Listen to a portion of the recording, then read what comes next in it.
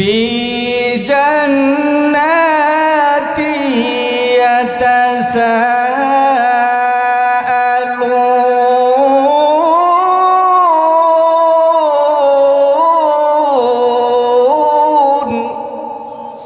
আল্লাহ পাক রব্বুল আলামিন বলেন, কাল কিয়ামতের ময়দানের কাঠগড়া যখন শেষ হয়ে যাবে, হিসাবের কাঠগড়া শেষ, জান্নাতীরা জান্নাতে যাবে, জাহান্নামীরা জাহান্নামের ফয়সালা হয়ে যাবে।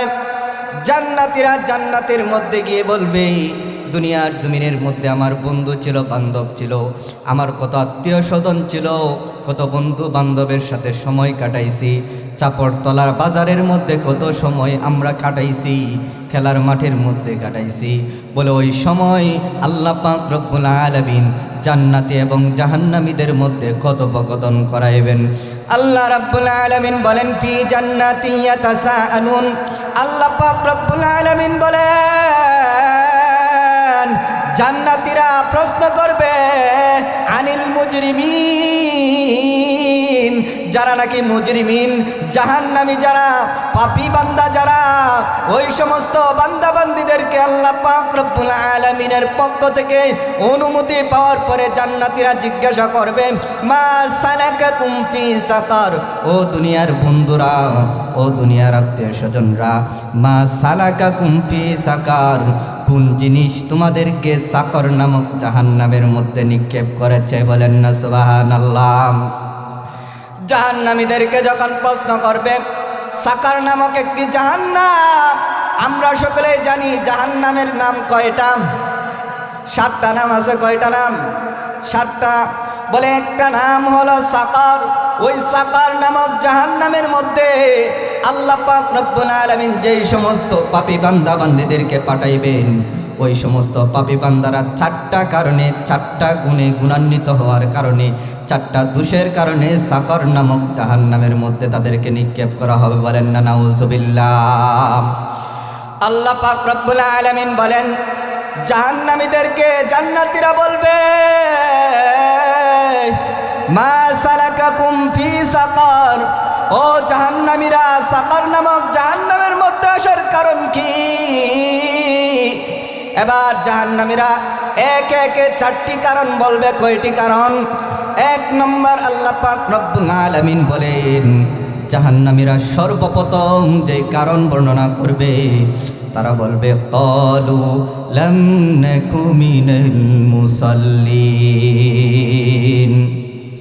জাহান্নামীরা ডেকে ডেকে কেঁদে কেঁদে বলবে, আরে দুনিয়ার বন্ধু, দুনিয়ার জমিনের মধ্যে একসাথে খেলার মাঠের মধ্যে খেলাধুলা করেছি, আসরের সময় মসজিদের মাইকের মধ্যে হাইয়া আলাস সালাহ, হাইয়া আলাল ফালাহ বলে আহ্বান করা হয়েছে। বলে হাইয়া আলাস সালাহ, হাইয়া আলাল ফালাহ বলে আহ্বান করার পর তুমি দৌড়ায় মসজিদের মধ্যে গেছো, আর আমি খেলার মাঠের মধ্যে নিজেকে নিয়োজিত করে রেখেছি, খেলার মধ্যে নিজেকে ব্যস্ত রেখেছি, এই জন্য আজকে তুমি জান্নাতে আর আমি হলাম জাহান্নামী। নাউজুবিল্লাহ বলেন না। মুহতারাম হাজিরিন, এবার আসুন, মুসল্লি কারা? মুসল্লি যদি না হন তাহলে জাহান্নামে যেতে হবে। আমাদের সমাজের মধ্যে অনেক মুসল্লি পাওয়া যায়, সপ্তাহে 1 দিন নামাজ পড়ে, এমন আছে না নাই? শুধু জুমার দিন নামাজ পড়ে, 2 ঈদের নামাজ পড়ে, রমজান মাস আসলে মাথায় টুপি দিয়ে নামাজ আদায় করে। বলে আসলে তারা প্রকৃত মুসল্লি নয়। বলে জান্নাতে যদি যেতে হয় তাহলে প্রকৃত মুসল্লি হতে হবে। কথা বলেন ঠিক না বেঠিক? প্রকৃত মুসল্লিকে আসুন একবার হাদিস থেকে স্পষ্ট একটি পরিচয় আমরা নিয়ে যাই। আল্লাহর রাসূল সাল্লাল্লাহু আলাইহি ওয়াসাল্লাম রাহমাতুল লিল আলামিন নবী, আল্লাহ পাক রব্বুল আলামিনের হাবিব বলেন, যে মুসল্লি কারা? তারা ওই সমস্ত ব্যক্তি হবে মুসল্লি। বলে রজুলুন কলবুহু মুআল্লাকুম ফিল মাসাজিদ। বলে মসজিদের মধ্যে যেই সমস্ত বান্দা বান্দীদের, যেই সমস্ত বান্দাদের মন সর্বদাই মসজিদ বিরাজ করে, যেই সমস্ত বান্দাদের অন্তরের মধ্যে মসজিদ মসজিদ বিরাজ করে, ওই সমস্ত বান্দারাই হলো প্রকৃত মুসল্লি। কথা বলেন ঠিক না বেঠিক? আল্লাহর রাসূল সাল্লাল্লাহু আলাইহি ওয়াসাল্লাম বলেন, হাশরের ময়দানে আকাশের সূর্যটা একদম নিকটে চলে আসবে, বলে এমন নিকটে চলে আসবে আল্লাহ পাক রব্বুল আলামিনের আরশে আজিমের ছায়া ব্যতীত আর কোনো ছায়া থাকবে না। বলে ওই সময় এক শ্রেণীর লোককে আল্লাহ পাক রব্বুল আলামিন আরশে আজিমের মধ্যে স্থান দিবেন। ওই আরশে আজিমের মধ্যে ওই ব্যক্তিকে স্থান দিবেন যেই ব্যক্তি দুনিয়ার জমিনের মধ্যে প্রকৃত মুসল্লি। বলেন না সুবহানাল্লাহ। আল্লাহর রাসূল সাল্লাল্লাহু আলাইহি ওয়াসাল্লাম বলেন, রাজুলুন কলবুহু বিল মাসাজিদ, বলে এমন ব্যক্তি মুসল্লি যে ব্যক্তি দুনিয়ার জমিনের মধ্যে থাকা অবস্থায় তার অন্তরের মধ্যে সর্বদাই সর্ব আলোতে মসজিদ বিরাজ করত। বলে অন্তরের মধ্যে মসজিদ থাকতো। বাজারে আসার পরে যখন নামাজের সময় হয়ে যাইতো তখন অন্তরের মধ্যে ছটপট করে, বলে মসজিদে নামাজের সময় হয়ে গেছে, বাজারের মধ্যে আর সময় কাটাইলে চলবে না, চায়ের দোকানে অযথা সময় নষ্ট করা যাবে না। দৌড়ায়া যেই ব্যক্তি মসজিদের মধ্যে চলে আসবে মনে করতে হবে ওই ব্যক্তিই হলো প্রকৃত মুসল্লি। কথা বলেন ঠিক না বেটে? এই জন্য আল্লাহ পাক রব্বুল আলামিন বলেন, জাহান্নামীরা জাহান্নামে যাওয়ার প্রথম নম্বর কারণ তারা বলবে, ক্বালু লাম নাকু মিনাল মুসাল্লিন, দুনিয়ার জমিনের মধ্যে মুসল্লি ছিলাম না।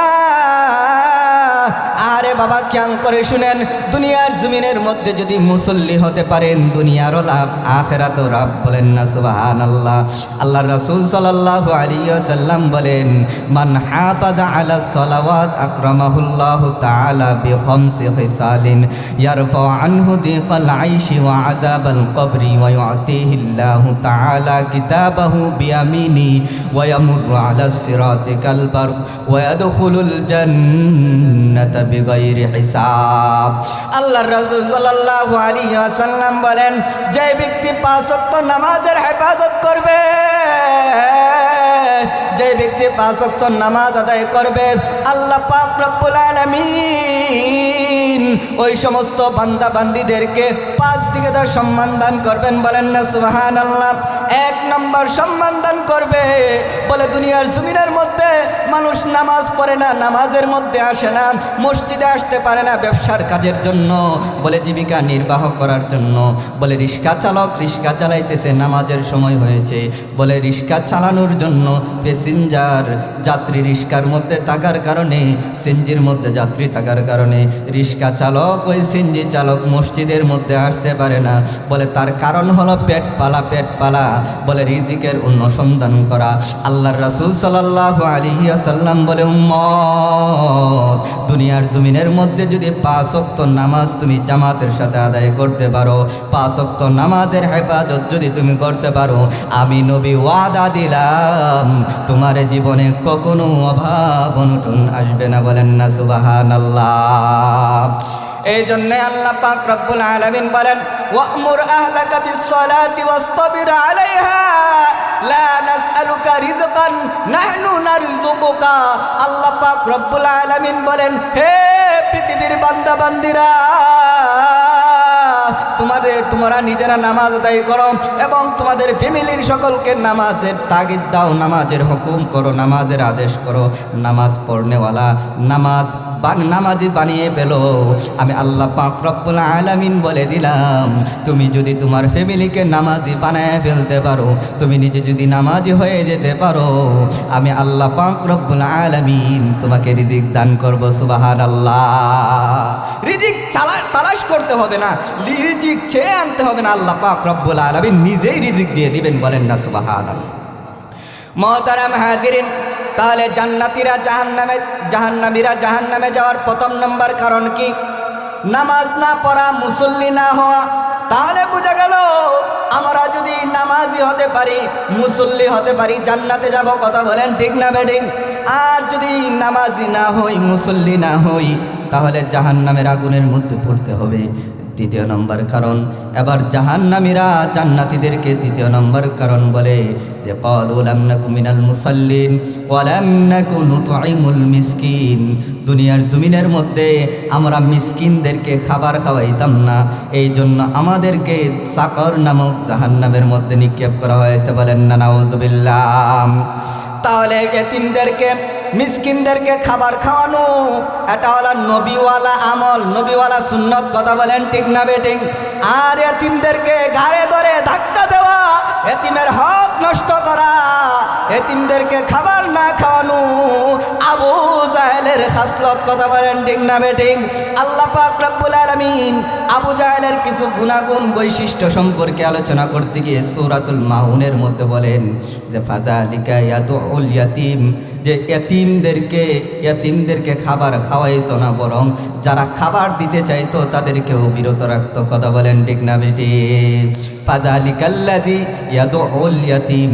আল্লাহ পাক রব্বুল আলামিন বলেন যে আবু জাহেলের খাসলত বলতে গিয়ে বলেন যে সে এতিমদের হক নষ্ট করত, এই জন্যই বলা হয় এতিমদের হক যে নষ্ট করবে সে আবু জাহেলের খাসলত ধরল। কথা বলেন ঠিক না বেঠিক?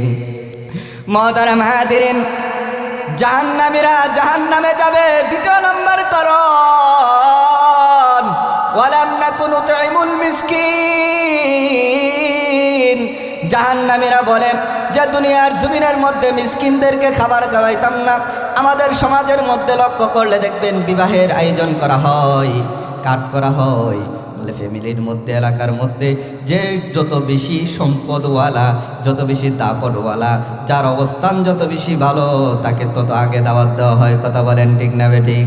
কিন্তু সমাজের নিম্ন শ্রেণীর লোকদেরকে, মিসকিনদেরকে কদর করে না। কথা বলেন ঠিক না বেঠিক? এই জন্য মিসকিনদের হক আদায় করতে হবে, মিসকিনদেরকে সর্ব বিষয়ে অগ্রাধিকার দিতে হবে। কথা বলেন ঠিক না বেঠিক? তাহলে জান্নাত পাবেন। আর যদি মিসকিনদের হক নষ্ট করেন, মিসকিনদেরকে খাবার না খাওয়ান, মিসকিনদের উপরে যদি মিসকিনদেরকে যদি ঘাড়ে ধাক্কা দেন, তাহলে আপনি জান্নাত পাবেন না। জাহান্নামীরা জাহান্নামে যাবে দ্বিতীয় নম্বর কারণ ওয়ালাম নাকু নুতঈমুল মিসকিন। আল্লাহর রাসূল আল্লাহ পাক রব্বুল আলামিন বলেন জাহান্নামীরা জাহান্নামে যাবে দ্বিতীয় নম্বর কারণ বর্ণনা করবে যে তারা কি করতো না, মিসকিনদেরকে খাবার খাওয়াইতো না, মিসকিনদের কদর করতো না। এই জন্য আল্লাহ পাক রব্বুল আলামিন তাদেরকে সাকর নামক জাহান্নামের মধ্যে নিক্ষেপ করেছে। নাউযুবিল্লাহ। আল্লাহর রাসূল সাল্লাল্লাহু আলাইহি ওয়াসাল্লামের কাছে একজন সাহাবী এসে প্রশ্ন করলেন, আল্লাহর রাসূল, ইসলামের মধ্যে সর্বোত্তম কাজ কোনটা? বলেন না সুবহানাল্লাহ। আল্লাহর রাসূল সাল্লাল্লাহু আলাইহি ওয়াসাল্লাম ছিলেন কলবের ডাক্তার। কথা বলেন ঠিক না বেঠিক?